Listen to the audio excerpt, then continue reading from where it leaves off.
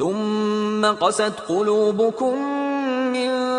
بعد ذلك فهي كالحجارة أو أشد قسوة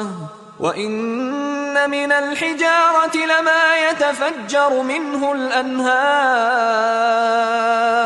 وإن منها لما يشقق فيخرج منه الماء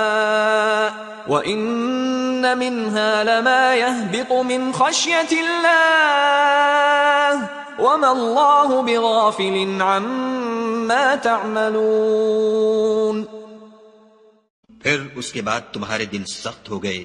گویا وہ پتھر ہیں